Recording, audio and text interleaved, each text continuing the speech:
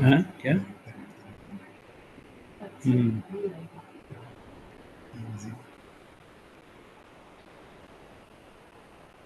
Ashutosh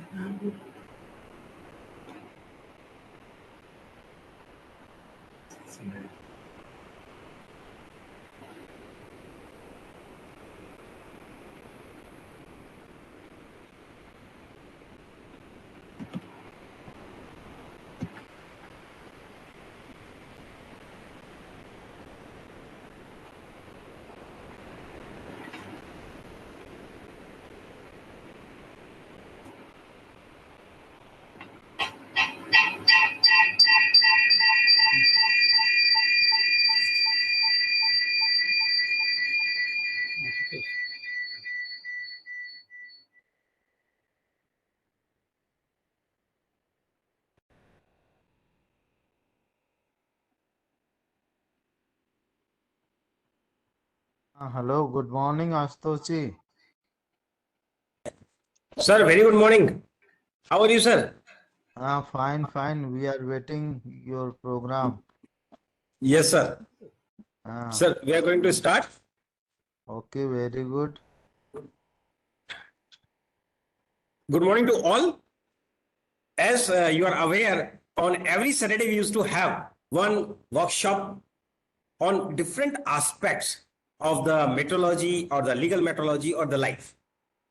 Today, we are unfortunately, yesterday, due to some other official exigencies, it could not happen. And that's why we decided to have it on Sunday. We have with us Dr. S.K. Sinha, who is the director of NIIRT Center for Calibration, Analysis and Testing at Chandigarh. The topic is very important, very interesting. It is calibration in laboratory for industry. Why, what, and how. Why we are doing the calibration, what calibration we are doing or testing we are doing, and how we are doing. So these are the most important aspects for any testing or the calibration. Why, what, and how. So today we have Professor S.K. Sinha, who is the director of NIRT, which is the Center for Calibration, Analysis and Testing, Panchkula, Haryana.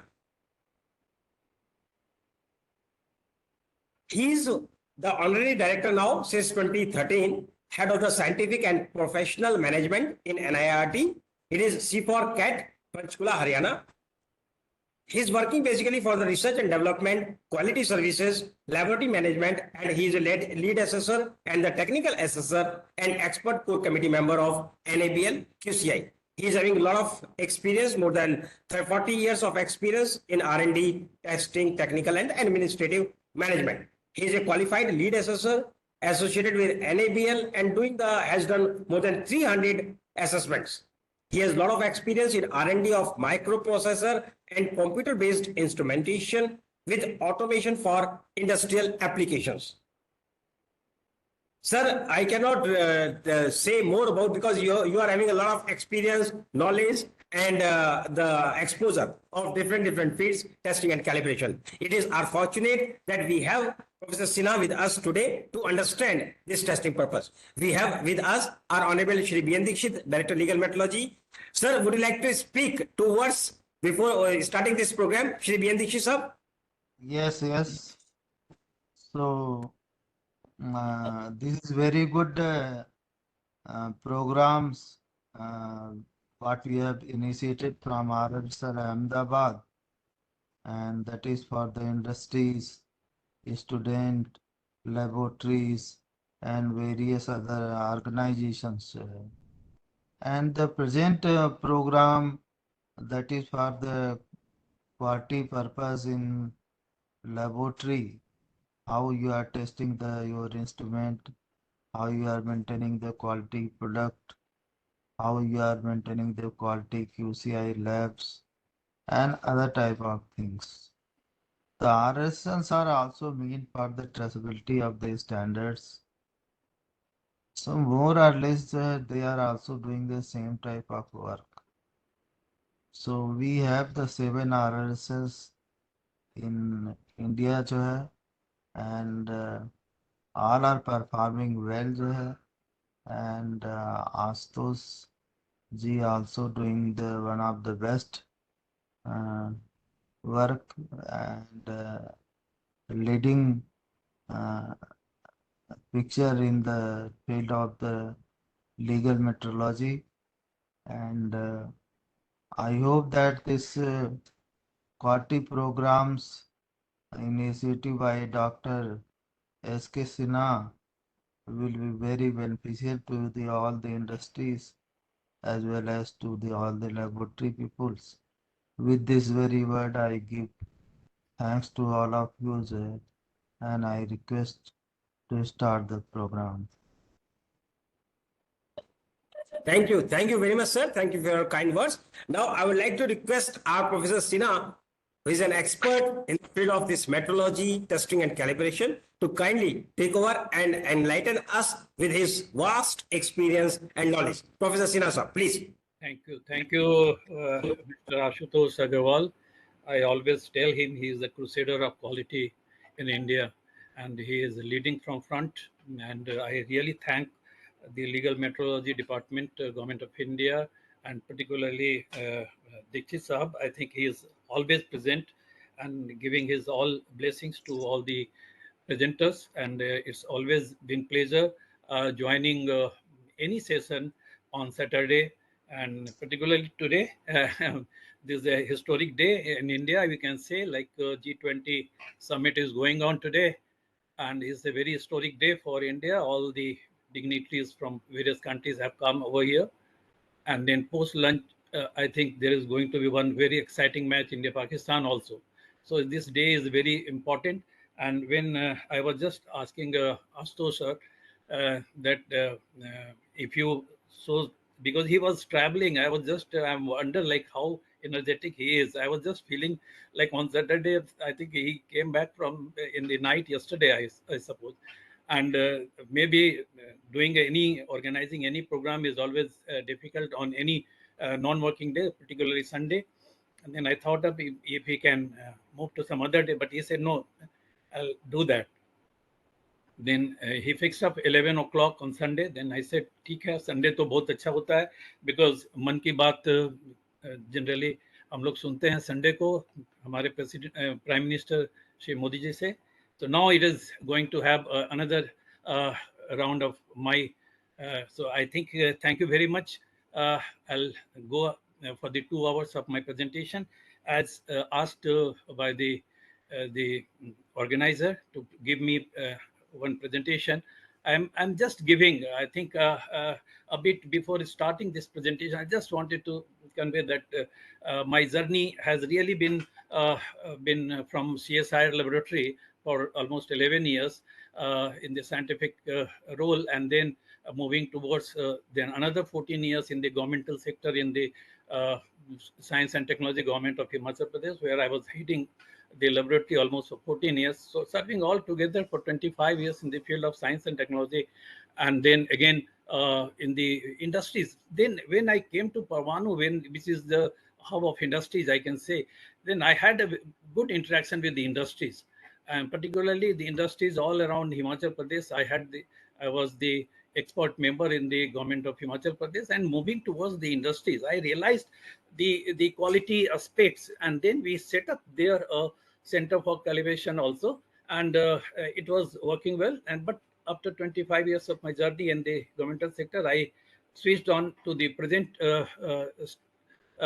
you can say setup, which is joint venture by me, and my other colleagues were there. They all joined me, and we are having a very good setup of calibration testing here, as well as one unit of manufacturing also, because my passion is also for doing some instrumentation, and then developing R&D, doing R&D for instrumentation, particularly the quality instrumentation. And we had a good design development of one specialized furnace, hydrogen ending furnace, which is a quality furnace which was given to Department of Atomic Energy. So all this journey has given me the insight of doing anything for quality, and I hope today I will try to justify my allotted time of two hours to give my presentation on on calibration and quality. And but because the quality uh, is a very we can say wide word, we can say, because it is always and calibration is associated with quality. So I'm going to have the presentation and the salient features I have given. You can just say like quality scenario in world. We'll have to start uh, uh, because whenever I talk of quality, it means quality is not a local, it's a global. So quality scenario in world vis-a-vis the role of laboratory is very important. So we'll try to see that how the quality all over the world is, particularly in 20 years that I'm going to discuss all this.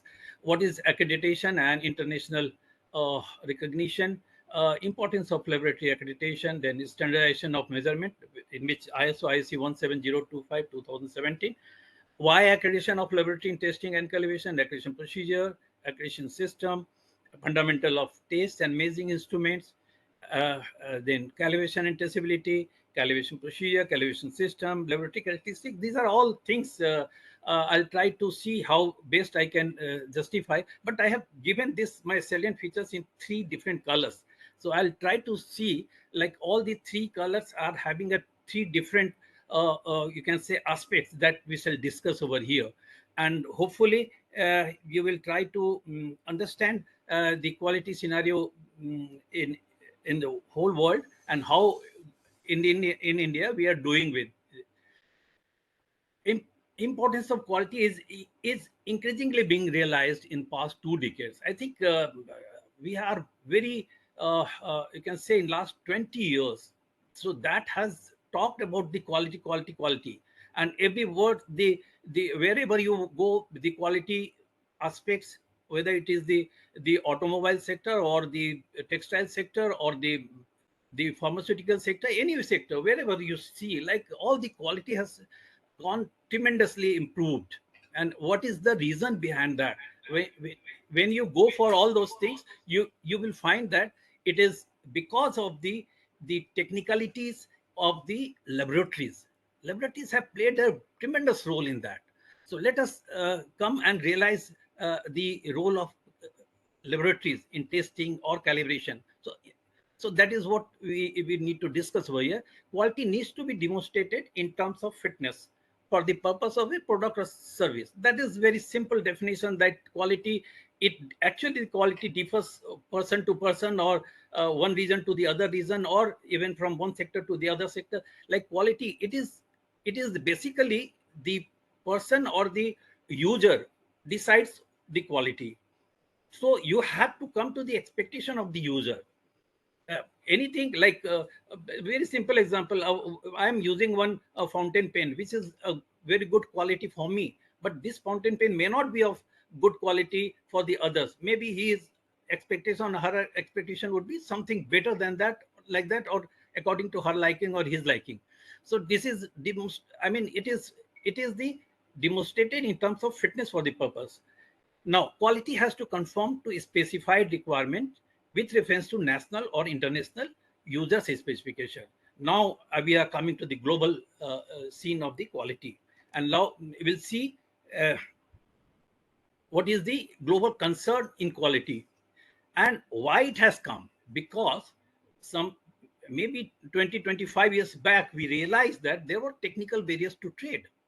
And what was the technical barriers to trade, or in short we say TBT, like non-acceptance of test results by national laboratories due to its non-accreditation. Now the term is that because if one country is exporting an item to the other country and it is of non-standard, then the barriers to the trade are realized.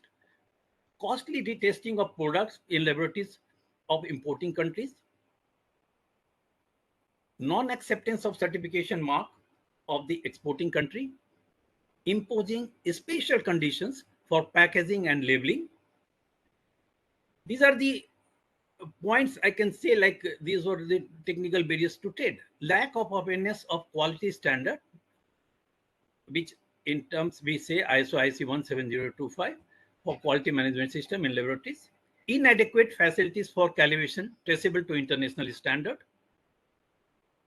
no proper institution for organizing proficiency testing of accredited laboratories, difficulty in obtaining certified reference material.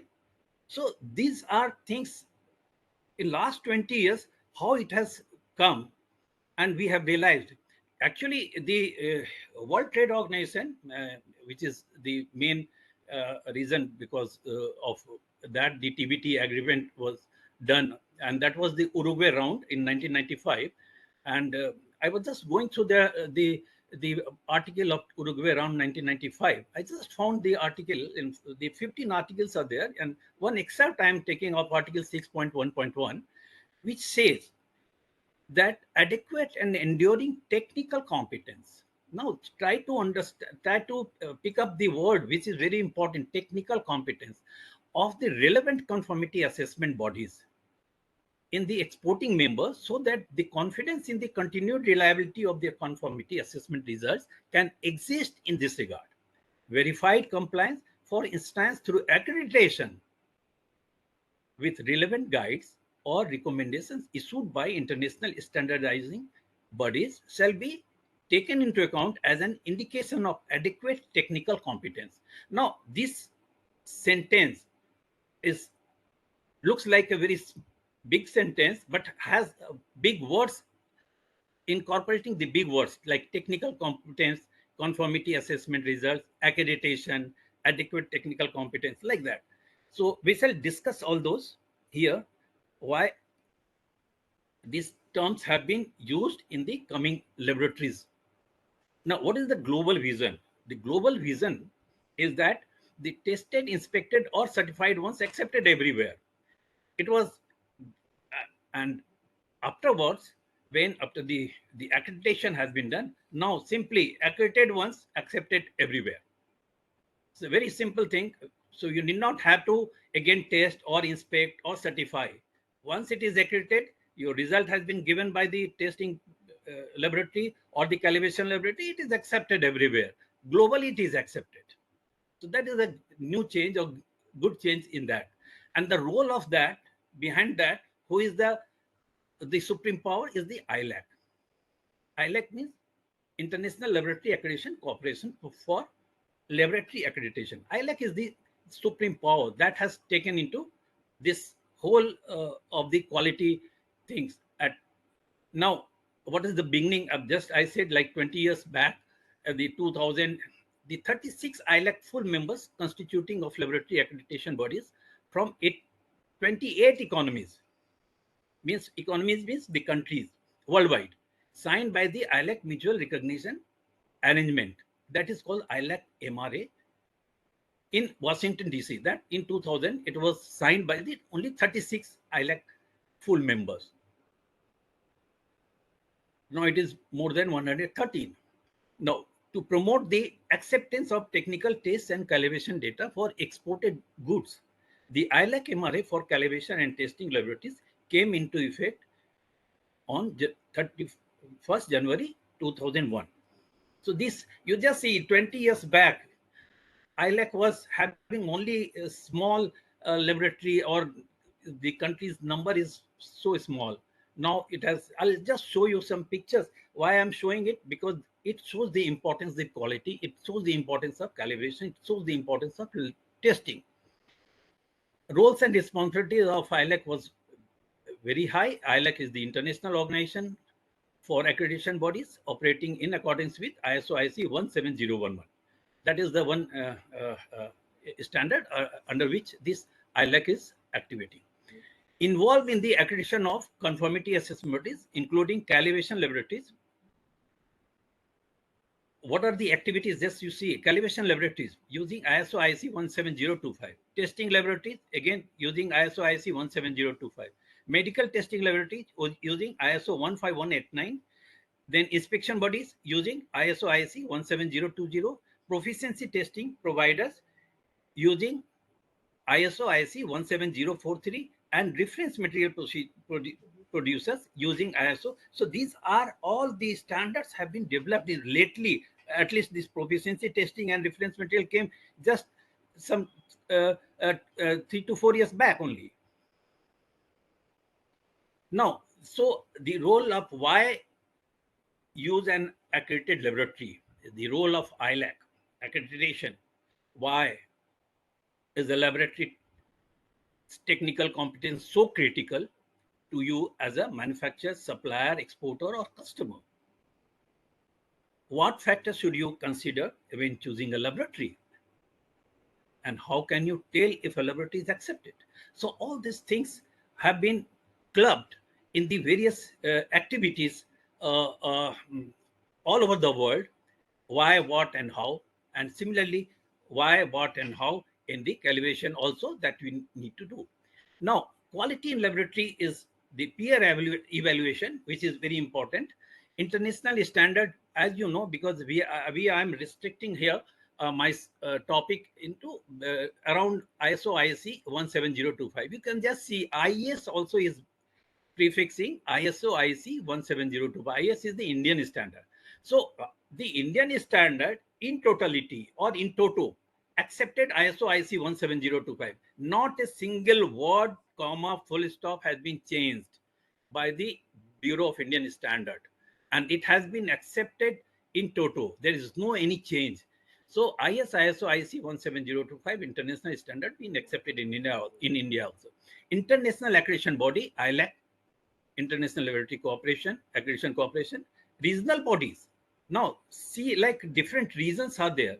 Asia Pacific having a different big role of, you can say, the regional issues are there. So, Asia Pacific Accreditation Cooperation was then, and earlier it was APLAC, Asia Pacific Laboratory Accreditation Cooperation, and some other PAC was there, Pacific Accreditation Cooperation. But now these two are in 2019, sorry, 2019, okay, they have been merged as and made as APAC, Asia Pacific Accreditation Cooperation.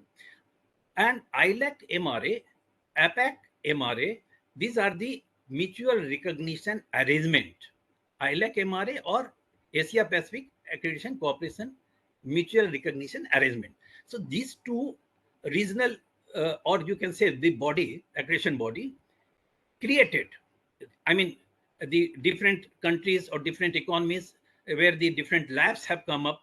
And I have just mentioned the 4 labs here in India, which are ILAC MRA or APAC MRA accreditation body. These are the NABL, NABCB, FDAS, QAI, CLA in India. These are the only 4 accreditation bodies are there till now. And similar others are there, and 109 other accreditation bodies are there. Say, for example, A2LA is the American Association of Laboratory Accreditation, which is called in short A2LA of United States of America. Then China National Accreditation Services, that is CNAS, and UKAS, UCAS in short we say, that is United Kingdom Accreditation System. And then Sri Lanka Accreditation Board is SLAB, or Saudi Arabia Accreditation Cooperation Center, which is also there. So different countries are having different names of different accreditation bodies. And so far, 113 accreditation bodies have come up. And the role of accreditation body is to create the labs or in accordance to the 17025. And these laboratories are called the conformity assessment body. So lab becomes CAB once it is accredited. Now, let us have more role, and let us understand the ILAC's structure and stature also. ILAC's international network of members consists of organizations from a diversity of global economies, 154 members as on December 2022. That is the latest data which I could get it, December 2022, 154 members are there. These members include signatories in the ILAC MRA Mutual Recognition Arrangement, MRA, associates, stakeholders, and regional cooperation bodies. I'll give you some data also in pictorial form, facts and figures as on December 2022. You just see the MRA signatories are there. MRA means mutual recognition arrangement by ILAC.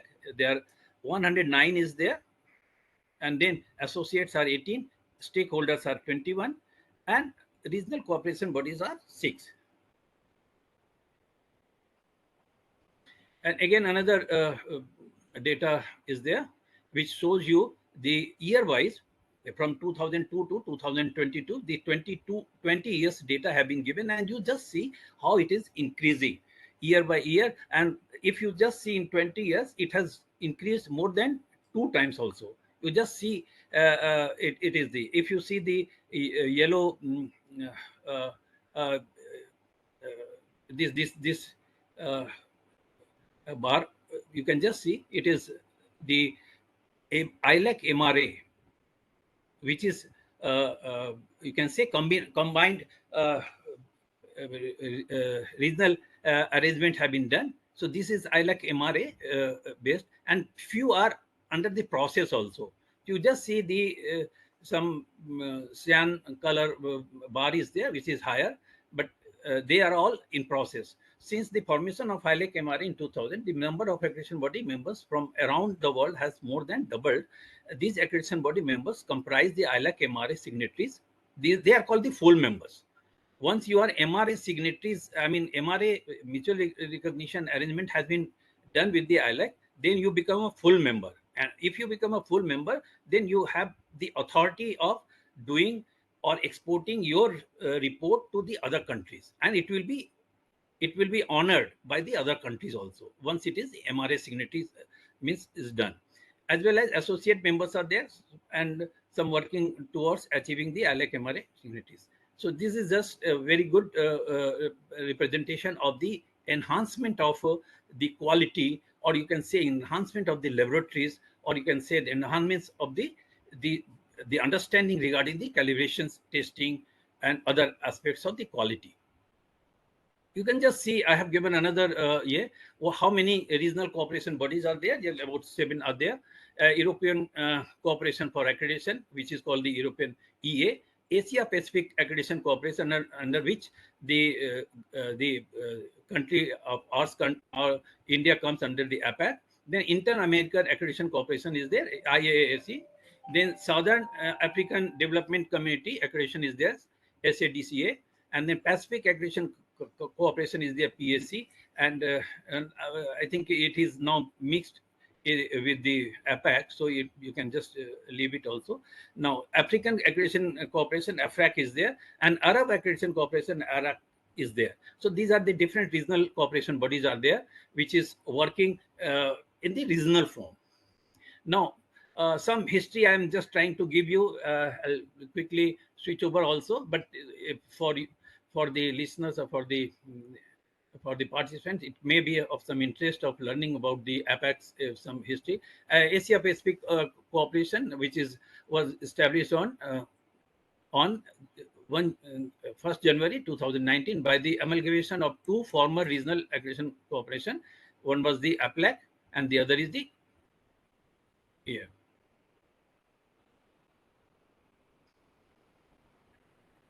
APEC is the regional accreditation cooperation for the Asia Pacific region and is recognized by the International Accreditation Forum and the International Laboratory Accreditation Corporation, ILAC. Now, role of APAC or APAC is the primary role is to manage and expand a mutual recognition arrangement among accreditation bodies in Asia Pacific region. The MRA facilitates the acceptance of conformity assessment results. Just try to see like these results or the reports or test certificates or inspection reports, once it is done with the MRA facilities, then it will be recognized by the other regions or the same region. In the same region, APAC is there. Then conformity assessment results that are produced by conformity assessment bodies that have been accredited by APAC MRA signatory and are accepted all the other APAC MRA signatories. This mutual recognition and acceptance of conformity assessment results reduces the need to undertake duplicate testing, inspection, or certification, thus saving time and money, increasing economic efficiency, and facilitating international trade. Now, 59 full members across 32 economies that are APAC MRA signatories, 8 associate members across 6 economies, and 15 affiliates across 12 economies. This is the status of APAC MRA. Now, some milestones you'll have to see, like what is the milestone. I have taken 20 years data. Present data is saying here 2022, over 88 laboratories all over the world. 88,000 laboratories, almost 14,000 inspection bodies, over 650 proficiency testing providers, and over 260 reference material producers were accredited by the ILAC MRA signatories in 2022. So this is the latest data. You can just 88,000 laboratories are there. Then in 2020 April, ILAC MRA was further extended to include the accreditation of reference material producers. So reference material producers have been in 2020, very lately.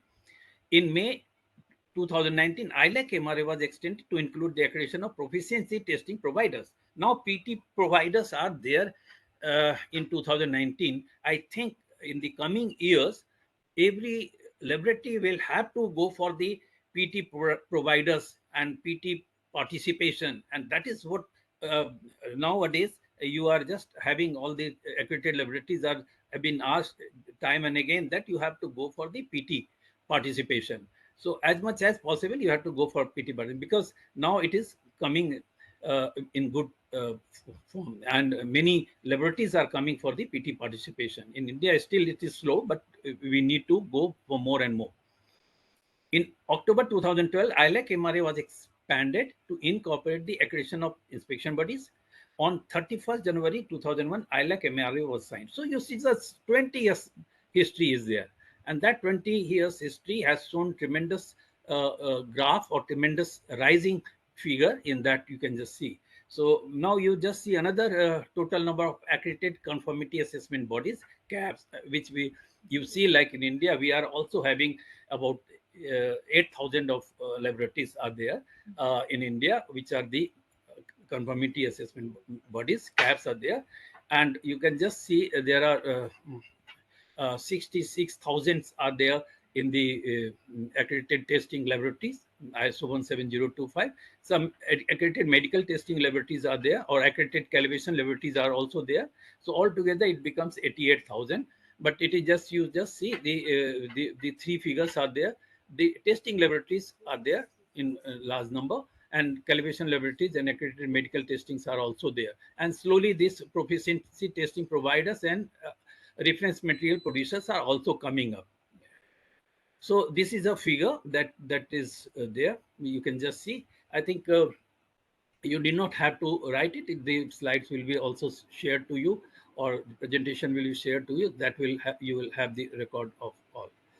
And I have just given like some recognized accreditation bodies are there. We have to also know what are the recognized accreditation bodies. Here in India, we have been knowing only one accreditation, or very popularly known as National Accreditation Board for Testing and Calibration. In short, it is NABL. But you can just see, like NABL, several others ILAC recognized accreditation bodies are there. And I have mentioned a few of them in my this year, like China is having this CNAS, Bangladesh is having BAB.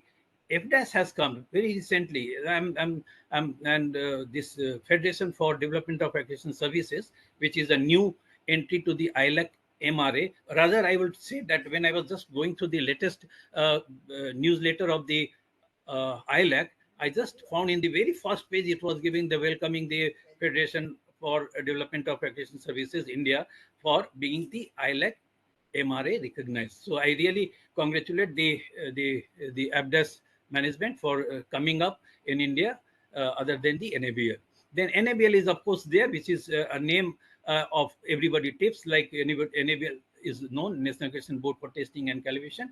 NABC is the National Accreditation Board for Certification Bodies. That is also there in Quality Council of India. And like Japan is having Japan Accreditation Board, or Pakistan National Accreditation Council is there, PNAC, and then Philippines having, then Saudi Arab Accreditation Council, or SAC, SLAB, TAF. This Saudi Arabia is also having, or UAE is having two. You can just say EIAC and ENAC, and USA is having more than 4 or 5 accreditation bodies there. So now in the list, which is very updated in August 2023, 113 accreditation bodies are there as on date. And similarly, I have another, you can say, presentation is that how many testing laboratories or calibration laboratories or by scope are there in the 113. You can just see the testing is 106, or calibration is 93, or medical 81, or inspection is 86. PT part, you can say proficiency testing is 41, and reference material participation is 30. So like that, it is there. And all is having a different standards is being mentioned. One ISO IC 17025 for testing and calibration. For testing laboratories, 170 for medical, you are having 15189, and for inspection bodies 17020, and from material producers 17034. So these are the facts and figures that have been given. Now, what is the benefit? The benefit of industry is the greater acceptance of products and services. You see, like your product or your report or results are accepted globally. So that creates your corporate image also, avoiding the cost of multiple testing, inspection or certification, efficient management suppliers. So this becomes one of the benefits of all this getting the accreditation. But what is accreditation? Now, coming to that, if you are going for this accreditation, then what is the accreditation? Accreditation is the process of formal recognition of technical competence. I'm using the word, this you just see, technical competence has come from the 6.1.1, which is the clause of WTO TBT clause. So this is a technical competence of laboratory in accordance with the prevailing international standard. Rather, if you go to the present ISO IC 17025, these two words, technical competence, have been used very often in other earlier version of the standard, not having that kind of importance, but now it has given the technical competence. In case of laboratory, they are required to comply with the requirement of ISO IC 17025. This is based on the third-party assessment, and the accreditation body is required to develop specific guideline criteria in different disciplines of testing and calibration, focusing on major technical requirements in tune with the ISO IC 17025. So this is a very important aspects, and you can just see how we are coming towards this importance of laboratory accreditation in different economic activities. Like you just see, testing and calibration we are just concerned of, so accreditation is a must. And you can just see the accreditation and then formal recognition of technical competence. It creates the technical competence. Once it is accreditation is done, your technical competence is been just powered, and then that has been accepted in international trade, WHO or TBT, relevance to health, food testing, and like that. And why is technical competence is required? Because of the accurate, reliable, reproducible test and measuring data. I'm using the word accurate, reliable, reproducible test and measuring data. This is very important, very technical, and that we shall also see in my presentation, why these words become so heavy, and how the technical competence will come through the calibration procedures and all. Now, it's very simple. I have explained you who grants accreditation in India, who are ILAC MRA signatories. Now, I have just given the India figure. The 4 bodies are there: National Accreditation Board for Testing and Calibration, NABL, which everybody knows. NABCB is also ILAC MRA signatories under the aegis of Quality Council of India, promoting the certification bodies.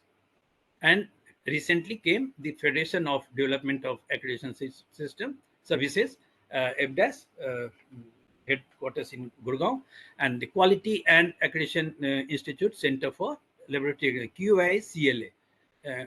Quality and Accreditation Institute. That is also one institute, one accreditation body, which is also. I'm giving you another figure that has also been there. You can just see the FDAS is there, but here the economy India is there. Then calibration ISO IC 1705 and testing. These are the two scopes they have applied for and have been original signing date is very recent, 28th of August 2003.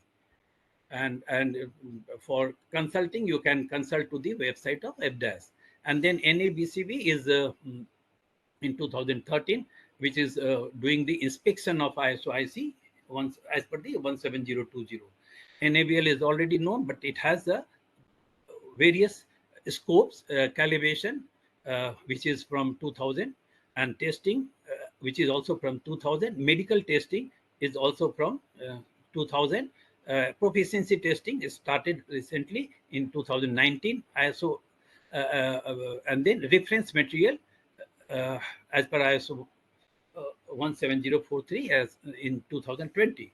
So, and that is all, a website is given there. You can just see QAI CLA, and QAI is basically doing the medical testing, or this testing they are doing as per the 17025 or 15189. And I think today only I just got one important that they have been accredited also from the United States. Some agency is there. They have recognized it's in the different role also. So that's a good, like in India, the accreditation bodies are doing their great work. They are coming up, and I wish all these accreditation body that they should do all this laboratories accreditation in that. Accreditation body is a laboratory.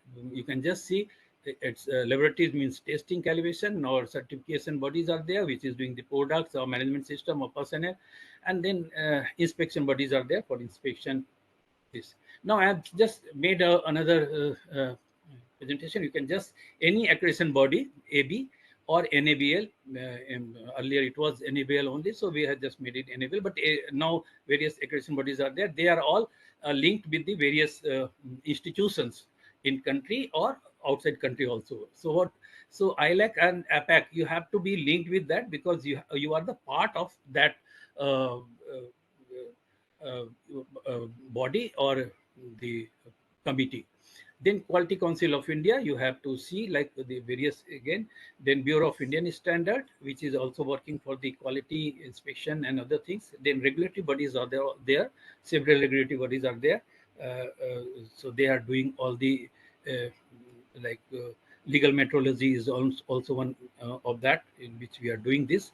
They are looking after all these aspects of that. So any accreditation body has to be linked with the regulatory bodies like that. And then National Physical Laboratory, which is a custodian of the primary standards of this country in India. Again, I have to go to the ISO IC 17025 2017, the regional general requirements for the competence of testing and calibration laboratories. This is in fact, the requirement, the general requirements of competence of testing and calibration laboratories. And I'll try to see to just cover up only a few of that because the time will not allow to discuss each and every aspects of the testing and calibration. But since it is required for the competence of testing and calibration laboratories, so I'll have to touch some part of the standard also. So I'll just come to that.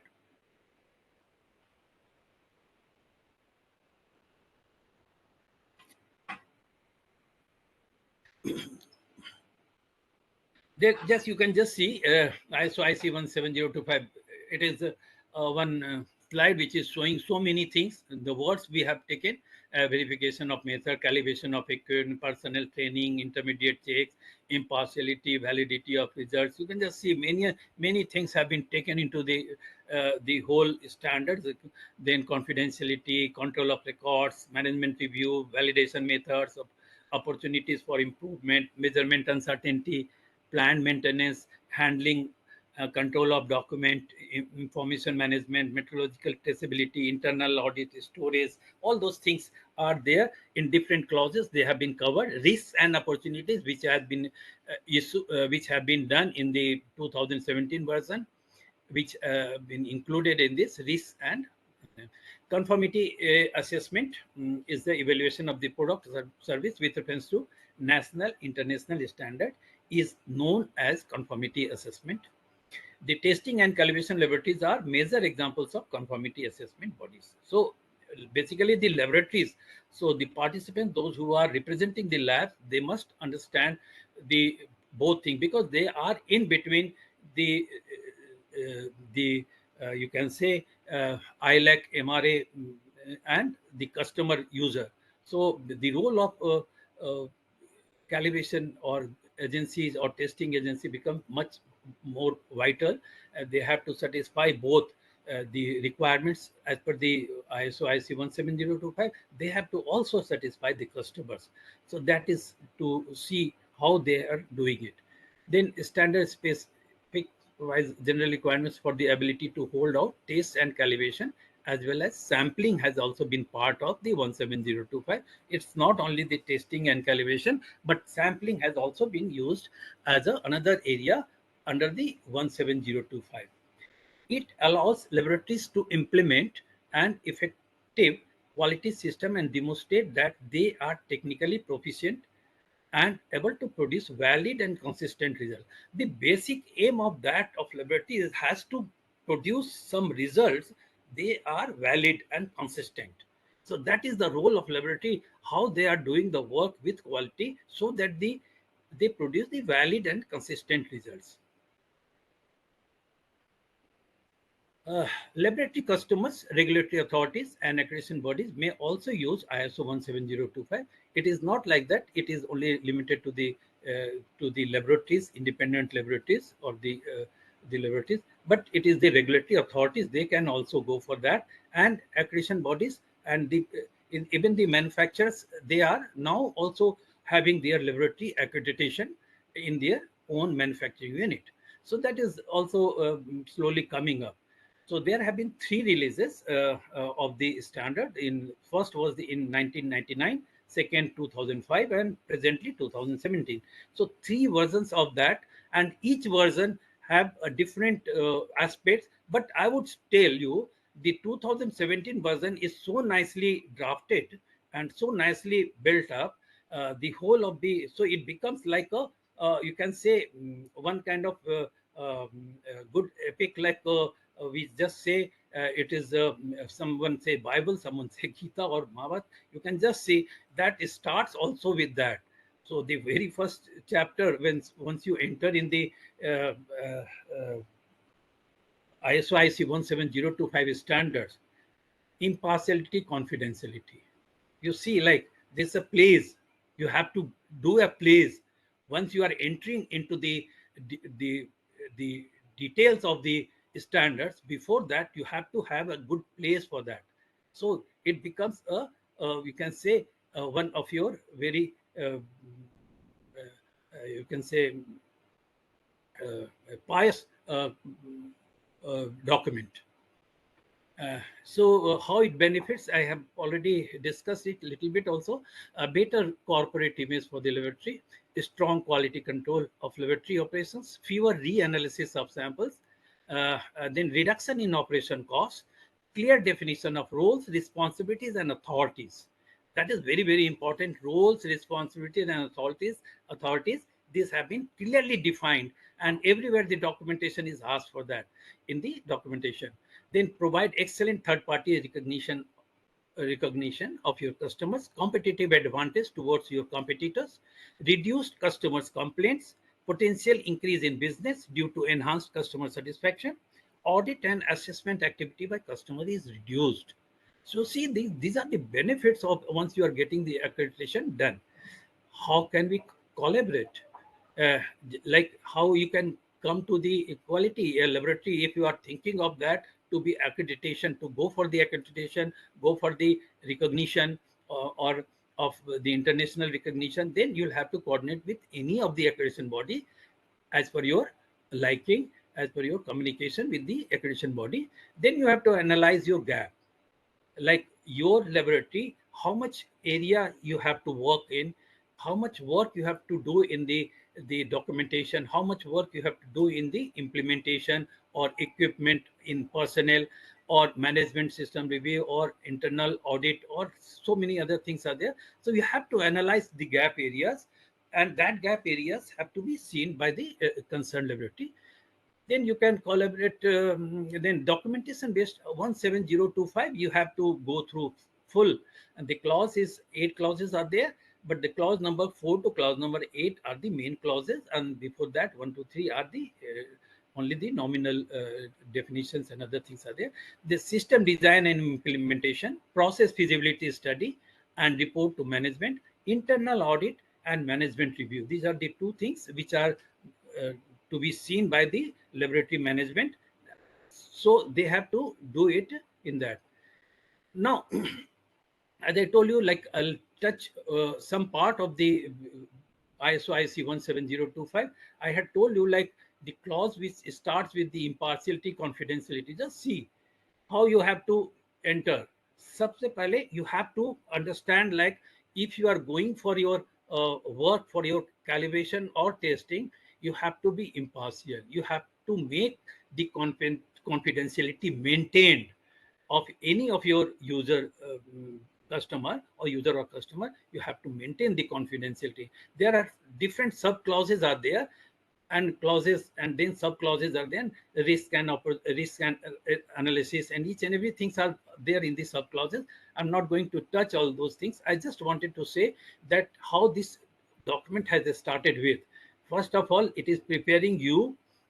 First of all, it is preparing you to make yourself that you are going to do good practices, good calibration practices, or good testing practices, by doing it impartiality, by doing the confidentiality, so that once you become pure by of your mentally, then you can go for work. So clause number 5, again it starts. Just see, the sequence is so important. Then the clause number 5 is valid legal identity.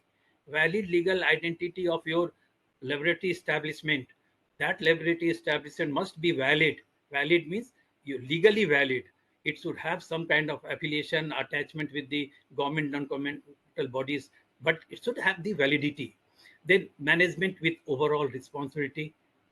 Whoever is running that, there should be clearly defined and documented forms and formats should be there, definitions and documentation of activities, commitment to customers, regulatory authorities and accreditation in clause number 5.4. Then clause number 5.5 is the management structure, responsibility and authority. That is also very, very important, that the management has to see the if the laboratory is going correct way or is diverting from the good to bad. So it is the management has to see. A management cannot shy away that they are not responsible for any wrong results, wrong data, or wrong doing. They have to take the responsibility, and the management structure, responsibility, and authority have to see that each laboratory is doing the good practices. And then implementation, maintenance, and improvement. If you are doing, how you are implementing it, how you are maintaining it, how you are improving it. So all those things again have to be done by the management there. So this is the clause number 5, is totally on the definition and documentation of the management role of the management. Then in effectiveness and integrity of management system. So these are the things. So clause number 5.1 to 5.7 is the very important for the management structure today. Now it is coming to the requirements. Clause number 6, 7, and 8 are the different requirements, like resource requirement. If you are going to work, or if you are having a laboratory, you first of all you will require resource. So resource have been discussed in the clause number 6. What are the resources? The 3 resources are there: personnel, facilities, and equipment. So all those 3 resources, just you go through, that has to be there. And general availability of manpower and support system. Personnel should be qualified, competent, and experienced, if they are experienced in the field of the same field working, then it's very good. Then facilities and environmental condition of the laboratory should be there. Then equipment, role of equipment. I have just particularly pointed out by different color because I'm going to discuss in this 6.4 because it is related with the calibration, it is related with the testing, it is related with the quality. So equipment, you have to select a good equipment for the industries people, those who are the participant, they must understand how they have to select a good equipment. You have to be very wise when you are selecting equipment. Why? Because if you are going for very high quality equipment which may not be required for your kind of working in your shop floor, do not go for the very high accurate instrument because it's simply, it is just, you will not be able to maintain that good quality equipment. It is not required by you. So you have to select a good equipment, and then if you are having a which should have optimum utilization, so you have to be very selective of doing this. Equipment means in the instrumentation, how you have to select a instrument so that your the results or output becomes very relevant for you.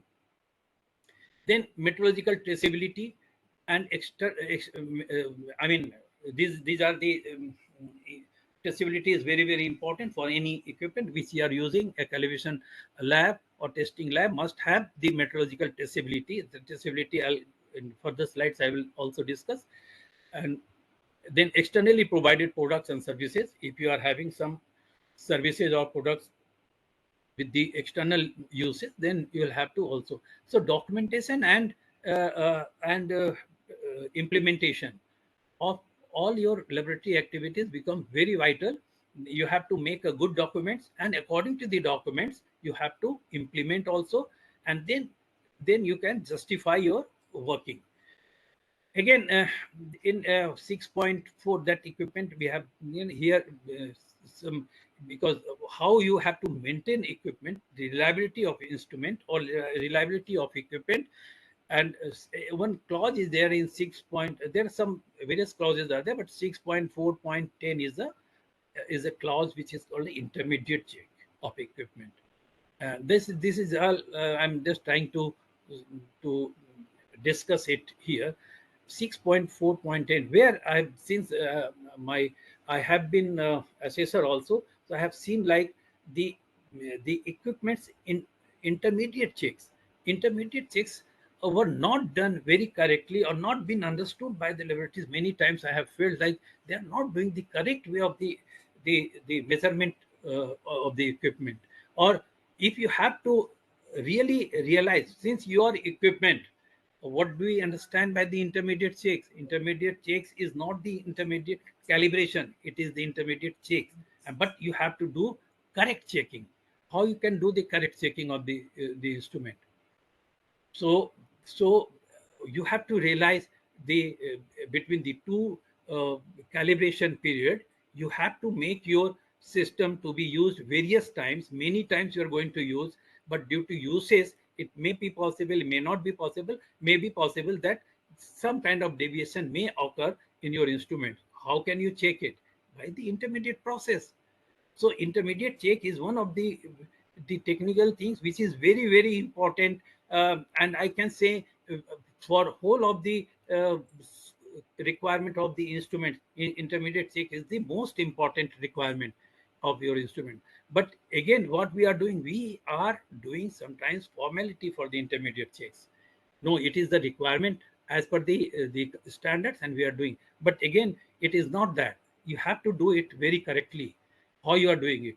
When you are doing your instrument, sending it for calibration, immediately once it comes uh, back to you, you have to make within a week one kind of measurement of your system or equipment, and then you note down what is the measurement, since it has come from lab. So within a week, once you do it, so data will not be in, will be mitigated. So data will not be, so you have to make one kind of report of that data in the different full range.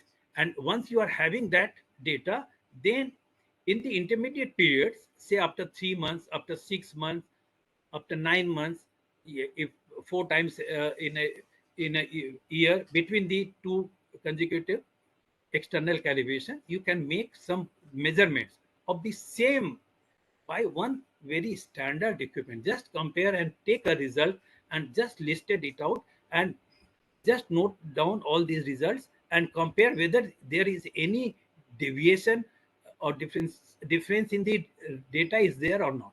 If it is not, it means you are using the same instrument as it has been calibrated, as it is, since after the calibration, just after the calibration, you have recorded a data, and that recorded data is again matching or nearly matching, then it is acceptable. So this is how you need to do it with the equipment. So all the master instrument, all the master equipment, you have to do the intermediate checks, and that becomes, means you, once you are confirmed with your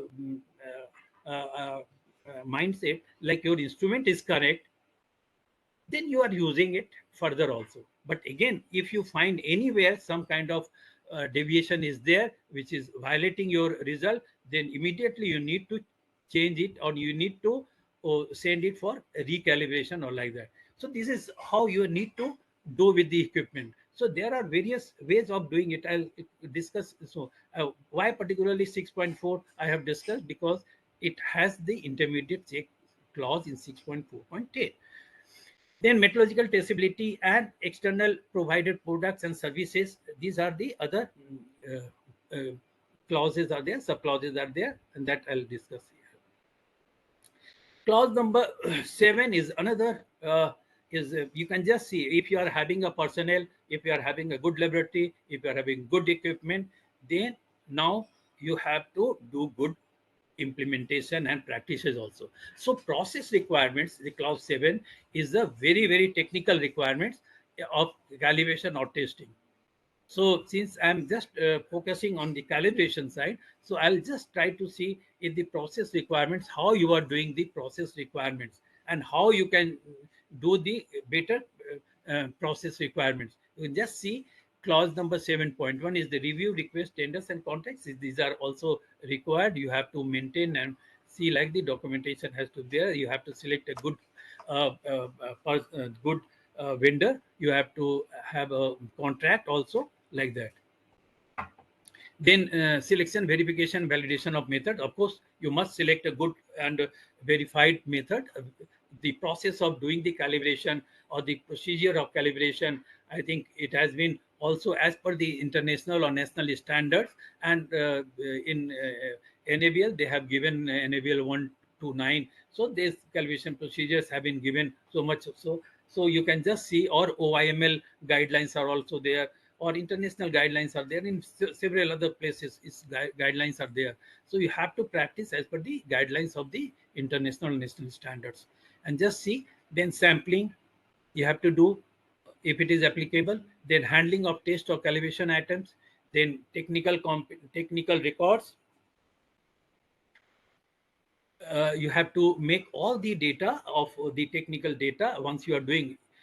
Particularly, I'll try to speak on various issues during my this presentation, which I have really felt as an assessor when I'm going and when I'm having the assessment. During the assessment process, we have seen in technical records, people are not very concerned of putting a good technical records, or you can say raw data sheet.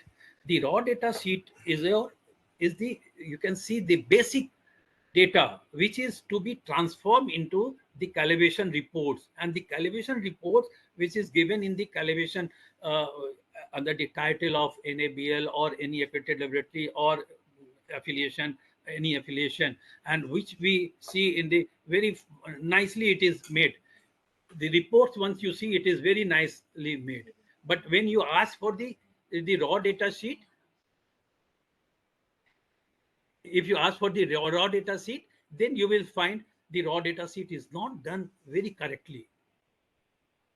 Simple example is that, suppose if you are maintaining a temperature 25 degrees Celsius plus minus 2.5 degrees Celsius, or humidity as at 50% plus minus 10%, then if you are maintaining this, and again, if you see in the data sheet should have the temperature recorded, real temperature recorded. It could be 21.3 degrees Celsius, or not like 20.25 to 27.5, 25 to 27.5, it to plus minus 2. No, you have to put the real exact temperature, or exact the value of your humidity. All data should be there. Maybe it is coming within the referred temperature of humidity, but you have to measure the real value. This is required. So this is one example I'm giving you. All the data, like sometimes you are having not completely filled raw data sheet. So this is not a good practice. You have to have the complete data sheets should be completely filled with. And because you are going to transform it to this, because then only you can relate it in the next time calibration, what is the value coming, then the drift, what is the drift in the equipment. Suppose if you are having your own instrument, you are doing it your own calibration, you have to have the records of complete records, so that the 2-3 years records, once you go to the 2-3 years records, then you can see, you can analyze your instruments behavior, you can performance of the instruments. So these are very important, so you have to do it very correctly, honestly also. So ensuring the validity of results, this is another area of concern. I can say why I'm just putting 7.7 a different color, because this is the one area of concern in the process requirements, which we feel that the laboratory needs to strengthen and needs to give more uh, uh, attention. Because here, how you can get a good results or validity of result, how will you certify the validity of result? The validity of results in the standard, there are various ways have been given, like you have to do the inter-lab comparison, ILC you have to do. Intra-lab comparison, if it is you are having, then that you have to go for intra-lab comparison. Then recalibration of retained item. Then another is your uh, replicate calibration or replicate testing, in case of testing laboratories. And these 3-4 are very, very important. Other than that, also you can do some more ways of validity to be verified of your results. Because once you do this validity of your results, then only you'll be more confident about your result. We are giving the results in our report that you are 95%, the uncertainty measurement is given with the 95% of your uh, uh, level of. um, but again, you are not so confident if you are not doing the validity of results correctly. The confidence level has to be that that it is more than 95%. So this confidence level will come only with the good validity of practices. And for that, the all practices, the recalibration or retesting of a retained item, or then replicate calibration, or then inter-laboratory comparison, and another is the proficiency testing or or PT planning or PT participation. So proficiency testing participation. So it is very important that you have to go for the your data to be verified by the other laboratories, and it will be compared along with the other laboratories results. And then if you pass in the PT participation, then your results will be valid. So these are the various ways of ensuring the validity of results. So this becomes very important in the clause number 7. So it is the important most clause, and some areas where the laboratory are required to make good practices in this also, honest practices in this also. Now coming to the another clauses are the reporting of results, then how you're reporting Then complaints are there. Complaints means from the external. If you are having, it is bound to have some kind of mistake unknowingly also. If you are doing it, sometimes typing error, sometimes out of context, some errors. Some complaints are there from the customers, and then you have to address that, and the complaints have to be addressed in two ways. One is the corrective action, the other is the preventive action. The corrective action means just to correct it, and then it should not be repeated, the complaint. You have to do the practices how you are doing it. So these are the things that you have to take into account in the complaints. Non-conforming of work, which is again non-conforming of work, which is also been seen, like as per the practices, sometimes your working is not complying to the standard, and then non-conforming comes, and then you have to again address this to make it correct it like that. So control of data and information system, many times we have seen 7.11 is the control of data information. Now hardly we are seeing like the the calibration laboratories or testing laboratories are making their with the information system. Very few laboratories are there having a information management system, computer or calibration management software system should be there. It will ease your work. So let us do something like you must be having a computerized data system so that repetitive work can be avoided. Say data to be entered in the customer support division, which is your CSD or customer support sale is there. Then use the good data, enter the good data. I mean, the data should be entered correctly in the computerized data should be there. So if it is computerized, then it will the computer I mean customer support division, it is linked with the your local area network to the technical support division, which is the different laboratories are there. You have to have a different laboratories linked with the the customer support division, and in between that, the role of the quality manager or the technical manager, they have to do that. The various works which are still being doing manually has to be replaced by the computerized system. So you have to have a good information management system to be implemented, and so that it will help you in long run and will reduce much of your repetitive work. And even you can prepare the data, you can send the quotation to the customer.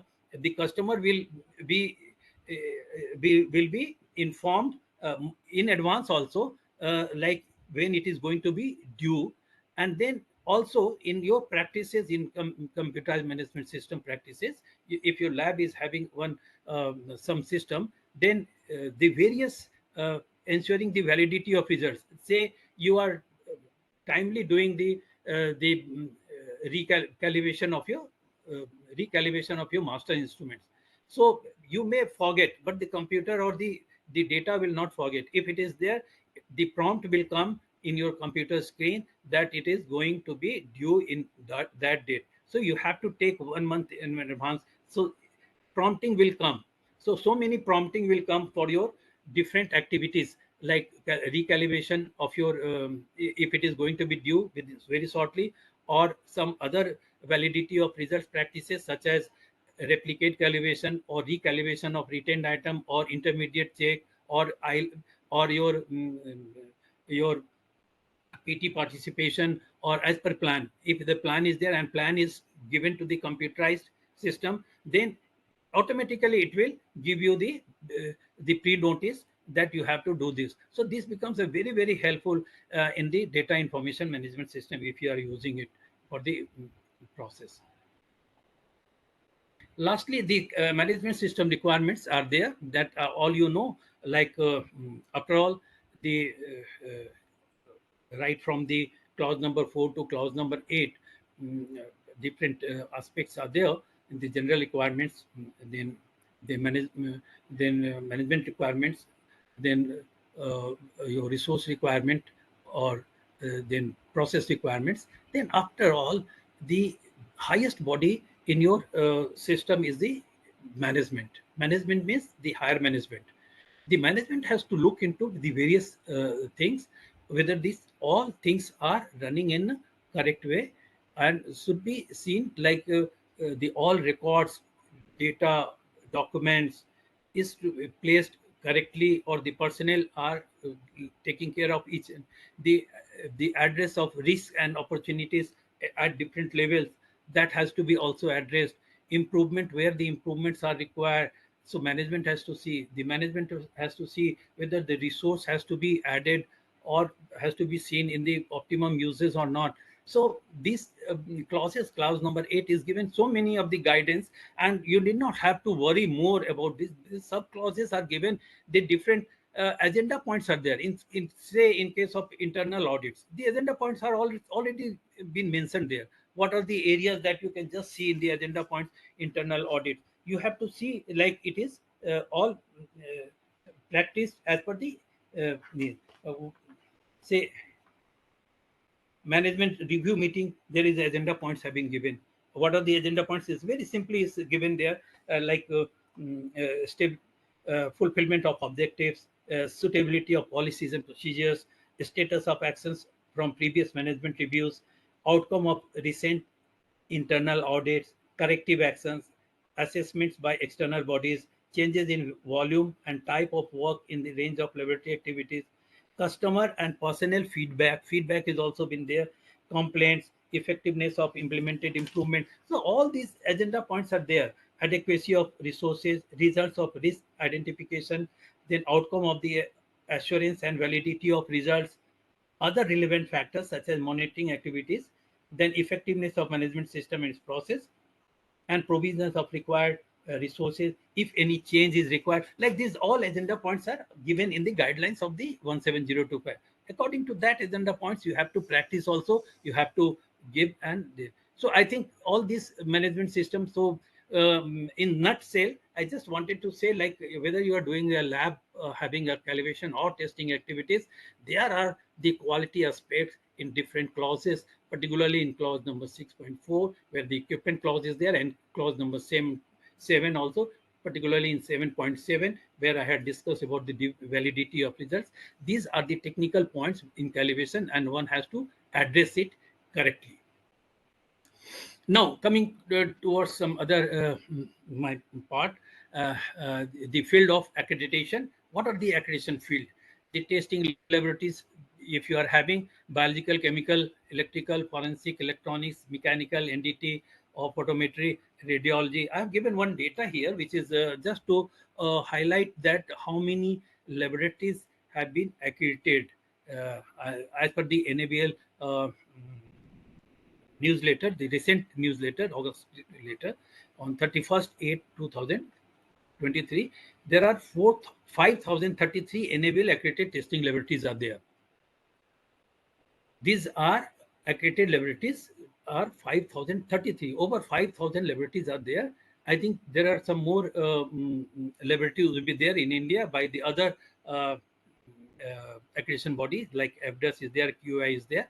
I could not get the correct, so I am not referring here, but they are also having some laboratories in their accreditation body, which is not been here. So it could be near about 6,000 or so, because they have recently come up. So there will be less number. So about 5,500 to 6,000 will be the testing laboratories all over in India. Then calibration laboratories are having electrotechnical, fluid flow, mechanical, optical, radiological, thermal, and 1,181 calibration laboratories accredited by NABL. Again, I am giving the NABL data because it is the published data, so I could refer it here. So 1,181 calibration laboratories have come up. So slowly it is coming up in every month. About 5 to 6 labs are adding. So this is a case that you can just see. And similarly, the other accreditation bodies in India must be having few laboratories in their control, which has not been written over here. But medical labs are there: clinical biochemistry, clinical pathology, cytopathology, hematology, histopathology, microbiology, then medical imaging, molecular testing. These are the fields of medical labs, and I think it is rapidly coming up, and it is catching up a high number. You can just see 2,262 accredited medical labs are there as per the record of the NABL newsletter on 31/8/2023. Now, so altogether, if you see, if I just count all those medical testing calibration, so over 8,000 of laboratories are there, accredited laboratories are there in India, and I have seen 88,000 laboratories are there all over the world. So we are just having about 10 to 11% of the entire economy, entire world of the laboratories, about 88,000, and we are just 8,000. But as per the population, we are much less in terms of, you can say, accredited laboratories are there. So we need to enhance the number of laboratories, calibration laboratories, to be accredited more in the coming years. Now, coming to the quality control and instrumentation, I think if you are talking of Q or the quality, then the two factors are very important. Is the human factor or the instrumentation factor, which I have discussed also in clause number 6 of 2017 version of 17025, which reflects that the instruments and human being, they have to work in tandem so that the quality comes, and the quality will not. If you are having high quality instrument but the personnel are not so well knowledgeable, then the quality will not come. Instrument, how best instrument you are having, the person may not be doing the good practices of calibration, may not be having a knowledgeable with the knowledge he is doing. But again, a person is very high quality and having a good knowledge, and the person and the equipment is poor instrument he is using, then, or she is using, then you cannot get a good result. So you have to have a good optimum, you can say, a good marriage between the human factors and the instrumentation factor. So, like you just see, I have seen the human factors is having the manpower, technical wisdom, management skill, and HRD all comes under the human factors. And the instrumentation factor, they're the modern equipment and machinery, optimum or of instruments, accuracy and resolution, proper accuracy and resolution, proper maintenance, regular calibration. Regular calibration is requirement in the instrumentation factor. See, whether it's the testing or calibration, I always say, like, the measurement you have to do, a good measurement, quality measurement, and how you'll do the good measurement or quality measurement. Ultimately, the measurement is going to get the outcome of the quality. So measurement is the first step that leads to control and eventually to improvement. If you can't measure something, you can't understand it. If you can't understand it, you can't control it. If you can't control it, you can't improve it. So this is a very good saying by someone. I really salute to him that he has given this, because the measurement is ultimately the reason of customer satisfaction. Let us try to understand the instrumentation factor of any equipment, how these instruments work, and how the data are represented, whether it is the measurement in terms of calibration or in terms of testing. You have to see, like the block diagrams have been shown over here, the process instruments. Generally, the process instruments are having, or measuring instruments are generally having quality to be measured. Then one primary sensing element must be there. Secondary maybe or may not be, but the primary sensing element must be there, and the variable conversion element is there. And then it is converted into variable. Then electronically, it is manipulated. Like if the temperature is measuring temperature, it is converted into degrees. It is the temperature, which is the thermal thing, but converted into electrical notification, and that electrical notification is again manipulated, and it is represented in the temperature form. So this is how you just see some electronic manipulation is done, and data transmission, data presentation at the last. So three things are important. One is the primary sensing, and then data manipulation, and third is the representation.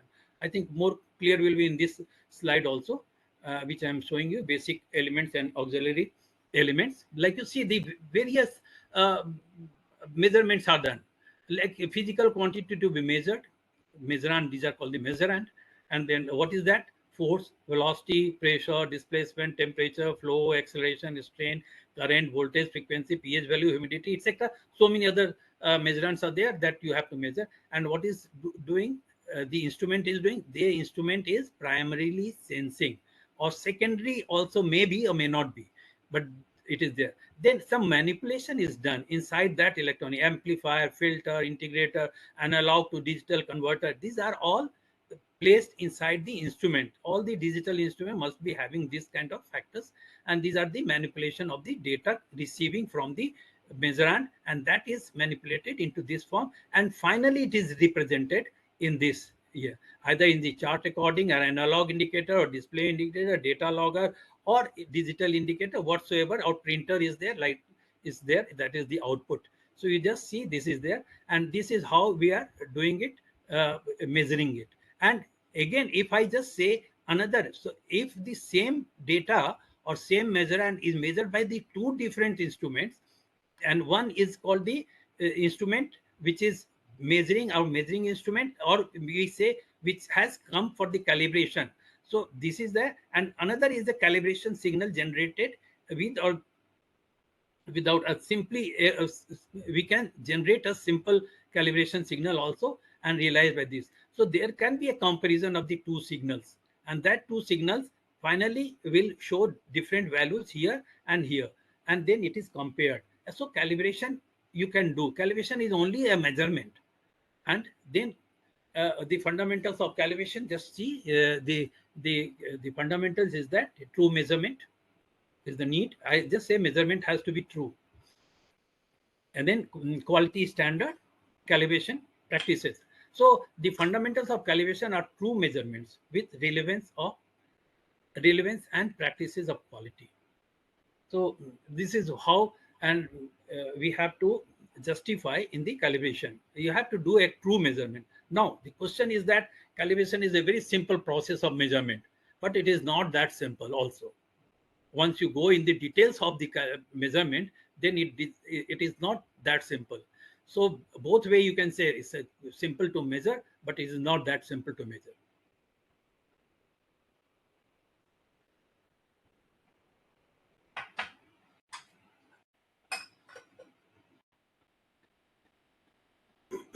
But again, if you go by the definition of calibration, let us have the definition. Calibration is the set of operations which establishes under a specified condition the relationship between the values indicated by measuring instrument or measurement system and the corresponding values of a quality realized by reference standard. So there are two measuring instrument. One is the which is doing the measurement, which is under the test, and the other is the reference standard, and they must be having the same under the same specified conditions. And what is the specified condition? Very, very important, because you have to put these two instruments simultaneously under the same specified condition. What the specified condition? Like the temperature or humidity or vibration free environment, like that, all those should be there. Values by measuring instrument, measuring system, values of reference materials. So it is the just a comparison. So calibration is a comparison, internal calibration and external. Sometimes on board there is written like internal calibration, but we have not to confuse with it. It is always we are talking of the external calibration. Onboard signal is of course there, internal calibration, that is just the initialization of your instrument. Now, why should we go by calibration? Why it is required? There are two reasons. One, I had already explained you, the compulsion reason. What was the trade, technical barriers to trade?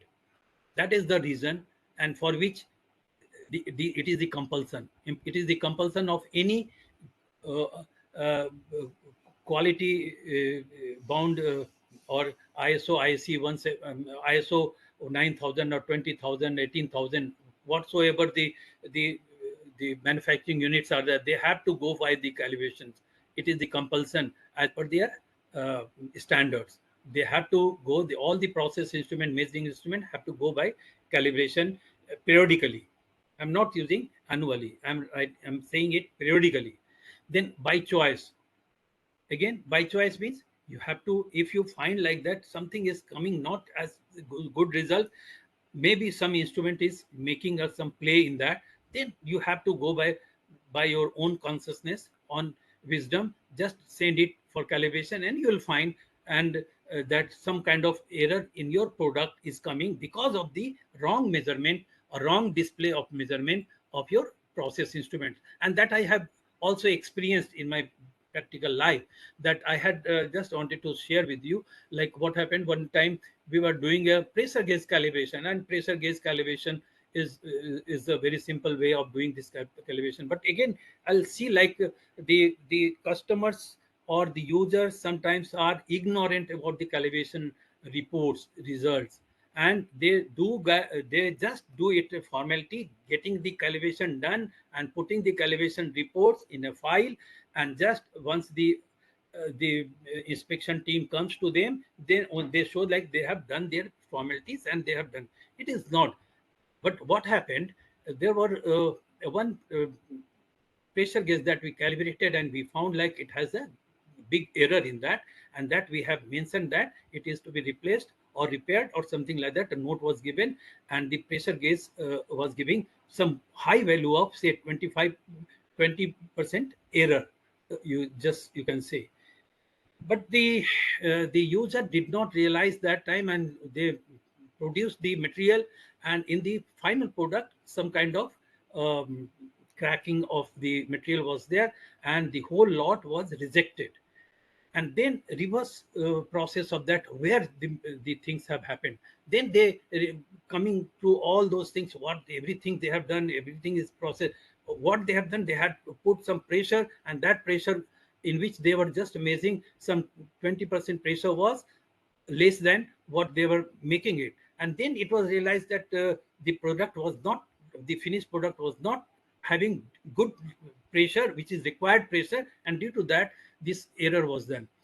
So lastly they came back whether this fault is in pressure gauge or not. Then they say, no, we have done the calibration. Now this is another story. I'll just say, people sometimes feel like that if the instrument has gone for calibration means the calibration has been done, means your instrument is okay. You have to understand, calibration is only the status report. It's not a instrument has been calibrated, means instrument has been corrected. Calibrated means not corrected. Calibration means the status means report. Report shows error. Error means plus minus whatsoever, that is with the measurement uncertainty. That is the report. In that, people have to be knowledgeable, they have to go by the calibration report. They have to understand how the calibration report is been given, what is it is mentioned. Then they realize that it was the error in the calibration, and then the MD telephoned me and asked me, have you done the calibration correctly? Of course, if the report is saying whatsoever, then they said, if you have really done the report in the correct, and the pressure gauge calibration, you can just say it is only the 300 or 350 rupees which we had charged, and for that reason, only for that reason, and the pressure gauge cost is also not big. It is also below 1000 or 500 also. The pressure gauge analog is also. So for that reason, whole of the lakhs of finished products gone into when. So this is how we need to realize the importance of calibration. So then he said, I'm thankful to you that you have given me the right reason, and when we corrected it, now we are going to. And then he said, when he corrected the pressure, the acquired pressure and pressure gauge was changed, and the product was became good. The product was became as desired. So this is how the sometimes we are not giving much importance to the calibration, correct calibration, but we realize afterwards when we face the loss, huge loss in the financial loss, then we realize. So this is how we need to give the importance. So by choice also, the quality, for quality you have to go for calibration, and the compulsion is already there, you have to go for the calibration. No, the calibration and traceability are just together.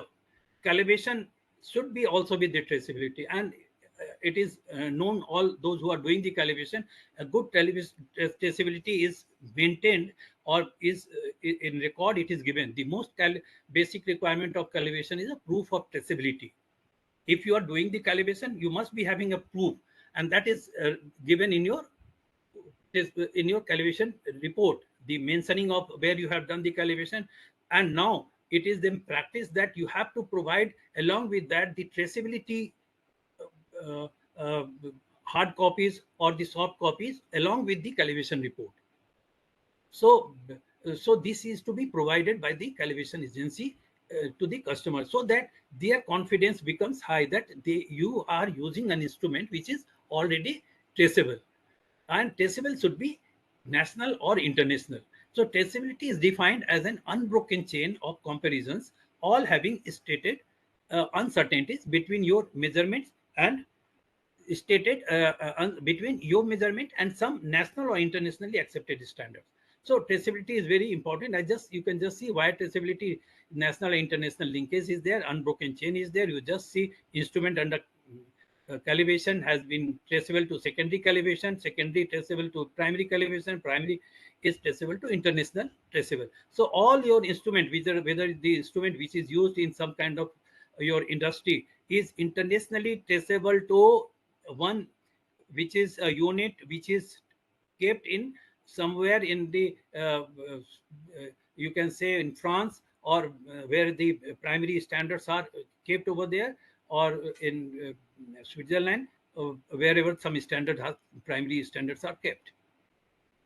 So traceability pyramid is just also to show the process element is working standard, secondary standard, primary standard, national standards is there. Another pyramid, just I'm just showing you the organization traceability system is being given, and sorry.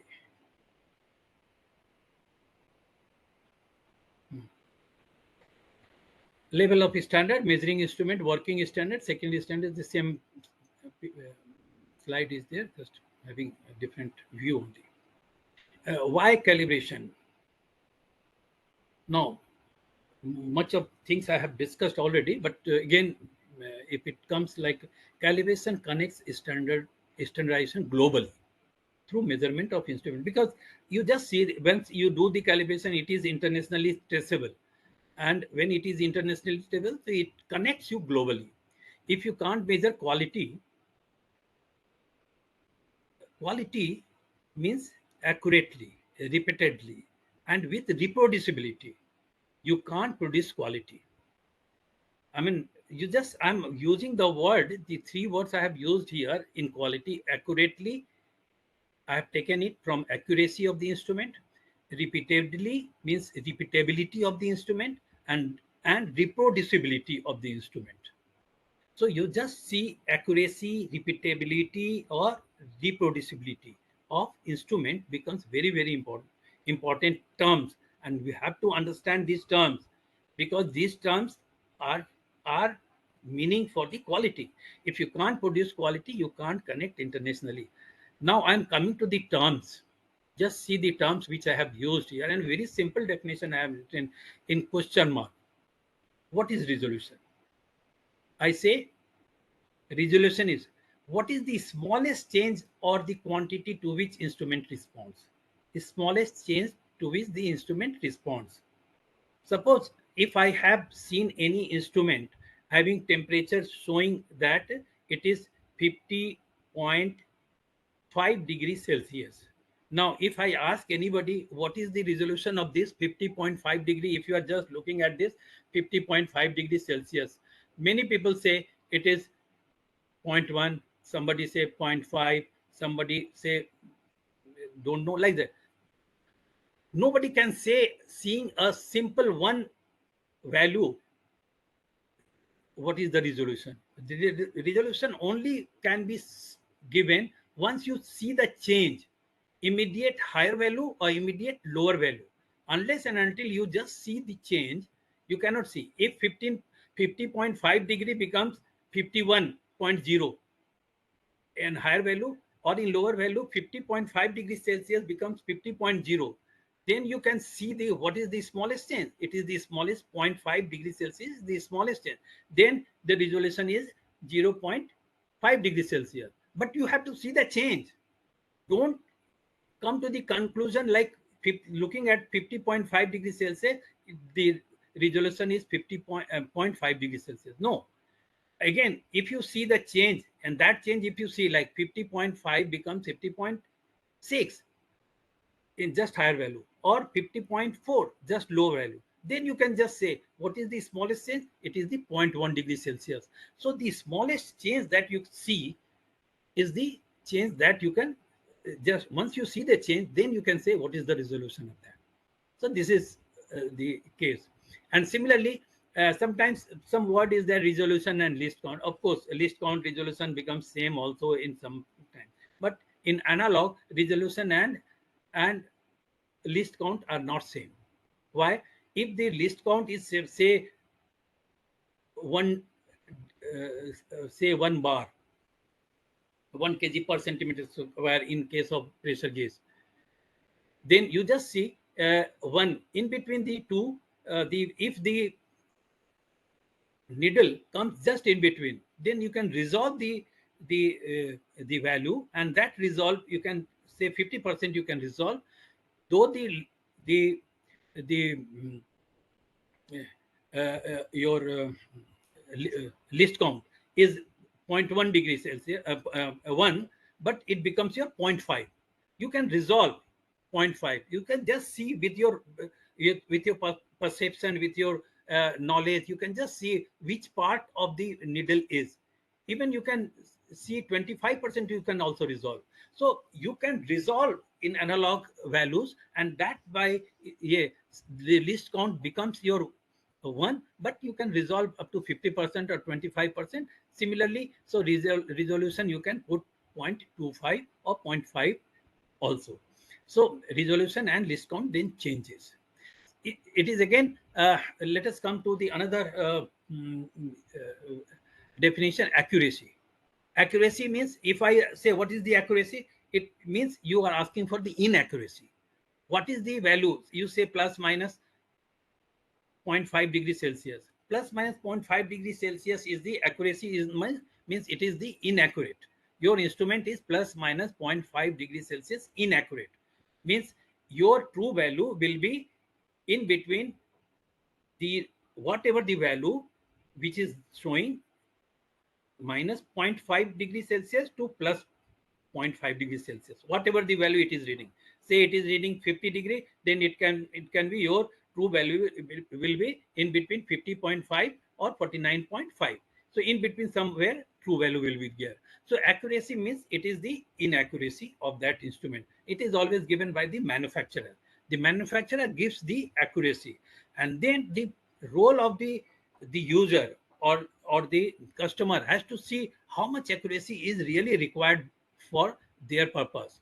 If you know that your accuracy requirement is so much, accordingly you have to select your instrument. Don't go for very high accuracy instrument, or don't go for very poor instrument, poor value. Both are not recommended. Then what is repeatability?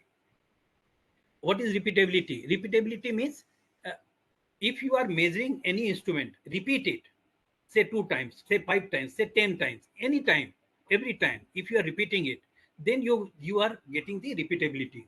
And then any instrument, so the quality of the instrument is been noticed once you are repeating it. The values are repeated, so 10 times. That's why repeatability has been always taken as a good in the measurement. Reproducibility, it is different from that. You just see what is the whether your instrument is reproducible or not. It should be highly reproducible, it should be highly repeatable, it should be highly accurate. What do you understand by reproducible? Reproducible means, will it give the same reading of same thing anytime? Anytime means, suppose you do the measurement now and come after 8 hours. It is not the same time. After 8 hours, after 1 week, after 1 month, and you try to measure the same instrument, same gadget, by the same instrument, by the same person, and you try to see what is the reproducibility. What is you are going to see that? What is the change you are going to see? You are going to see the change in during the period, during the change of the period, whether the instrument is repeating the same value or not. Highly reproducible instrument will give the same value or near to same value. Again, stability.